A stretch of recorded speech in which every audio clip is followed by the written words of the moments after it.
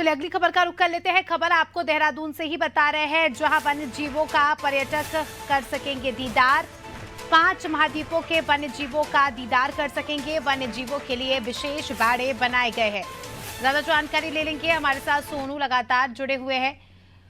सोनू, अब उत्तराखंड की खूबसूरती में वन्य जीव जो है इसकी खूबसूरती में चार चांद लगाने वाले हैं और अब पर्यटक भी इसका दीदार कर सकेंगे, इन्हें देख सकेंगे। बताया जा रहा है कि 5 महाद्वीपों के वन्य जीवों के लिए विशेष बाड़े बनाए गए हैं।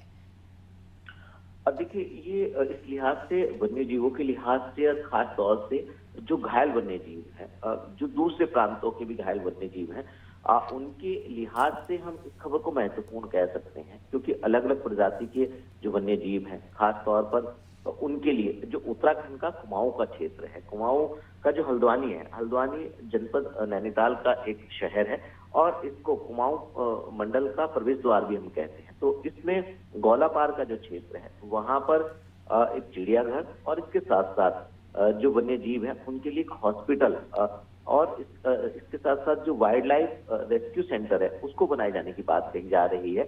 और इसके लिए जो आसपास के जो राज्य हैं वहाँ के जो घायल वन्य जीव होंगे वो भी होंगे, उनका भी उपचार किया जाएगा। और जो चिड़ियाघर होगा इसमें यूरोप सहित अमेरिका, एशिया और जो 5 महाद्वीप हैं वहाँ के वन्य जीवों को भी के लिए भी विशेष बाड़े बनाए जा रहे हैं। तो आने वाले समय में हम वन्य जीव प्रेमी जो हैं उनके लिहाज से, पर्यटकों के लिहाज से और जो वाइल्ड लाइफ से संबंधित जो वन्य जीव हैं इनके संरक्षण और इनके उपचार के लिहाज से हम ऐसे रेस्क्यू सेंटर को महत्वपूर्ण मान सकते हैं। और इसके लिए जो शासकीय औपचारिकताएं हैं वो की जा रही हैं और जल्द ही इसका निर्माण कार्य शुरू होता हुआ हम देख पाएंगे।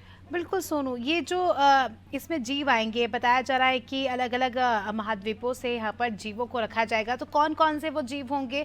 और दूसरी बात तो ये कि अलग अलग महाद्वीपों से लाए जाएंगे, तो जाहिर सी बात है कि अलग जगहों का अलग हैबिटेट्स होता है, टेम्परेचर अलग होता है, इनकी जीवन शैली अलग होती है। तो ऐसे में ये लोग यहाँ पर रह सके, इनकी व्यवस्थाएँ अच्छे से हो सके, इनको सुचारू उस प्रकार का वातावरण मिल सके, उसको लेकर क्या कुछ जानकारी?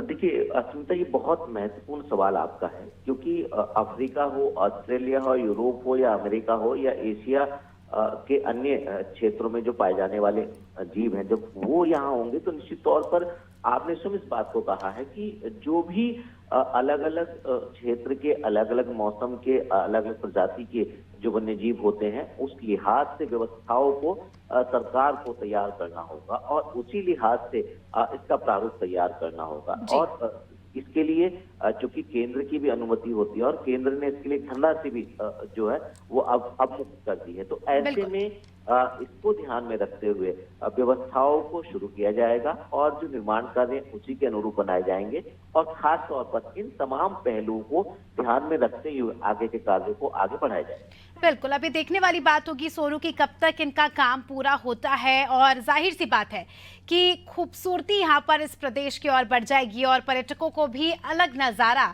यहाँ पर देखने को मिलने वाला है। बने रहिए हमारे साथ, जल्दी आपका रुख करेंगे। तो दर्शकों को बता दें कि खबर आपको बताई देहरादून से, जहां अब उत्तराखंड की खूबसूरती में 4 चांद लगने वाले हैं। 5 अलग अलग देशों से यहाँ पर वन्य जीवों को रखा जाएगा, उनका संरक्षण किया जाएगा और खुद पर्यटक भी इनका दीदार कर सकेंगे।